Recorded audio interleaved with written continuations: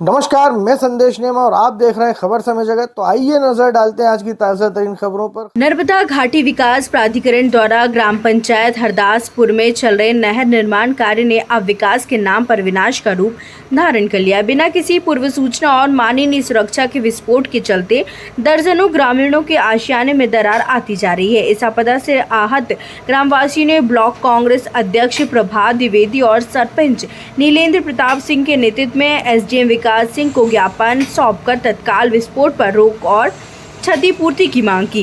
कांग्रेस अध्यक्ष प्रभात द्विवेदी ने आरोप लगाते हुए कहा कि विकास प्राधिकरण के अधिकारियों द्वारा देर शाम को अवैज्ञानिक और अंधाधुआं तरीके से ब्लास्टिंग की जा रही है, जिससे आसपास के घरों की नींव हिल चुकी है और कई मकान पूरी तरह से ध्वस्त हो गए हैं।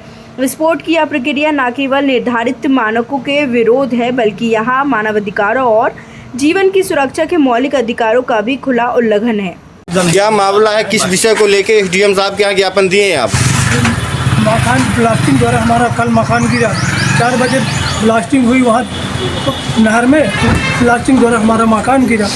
किस गांव पे? हरदासपुर।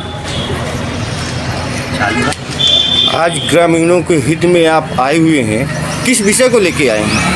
देखिए कि इंदौर की कोई राजकुमार बिल्डर कंपनी है जो नहर का काम ले रखी है। उसकी दादागिरी इस समय मैहर विधानसभा में चरम में है। पहले उसने मंटोलवा में कई आदिवासी घरों को प्रभावित किया, उनके घर को जर्जर किया, गिराया। अब वो हरदासपुर की तरफ बढ़ी है। तो हरदासपुर में जैसा कि आपने बताया आदरणीय पटेल जी ने कि आपका घर तो ब्लास्टिंग की वजह से पूरा घर ध्वस्त हो गया और लगभग 10-12 परिवारों के घर प्रभावित है। सरपंच साहब स्वयं उस पंचायत के आए हुए हैं जिन्होंने ज्ञापन दिया प्रशासनिक अधिकारी को।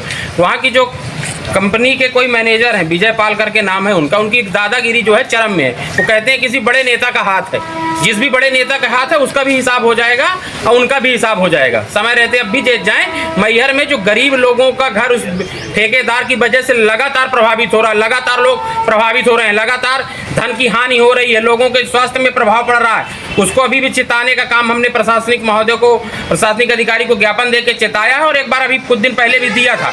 यदि लगातार इन सभी स्थितियों में सुधार नहीं होगा तो निश्चित तौर पर मैहर की जनता, हरदासपुर, मंटोलवा और तमाम उस क्षेत्र के लोग आंदोलन के लिए बाध्य होंगे। संपूर्ण जवाबदारी प्रशासन की होगी। इस ठेकेदार के लिए अब भी सबक है कि अब भी सुधर जाए और सबक ले ले। नहीं, मैहर की जनता जब हिसाब करती है, जिसका हिसाब की है तो उसका हिसाब फिर पूरा कर देती है। हिसाब पूरा होने में बहुत समय लगेगा नहीं। ऐसी रोचक खबरों के लिए जुड़े रहिए खबर समय जगत के साथ। नमस्कार।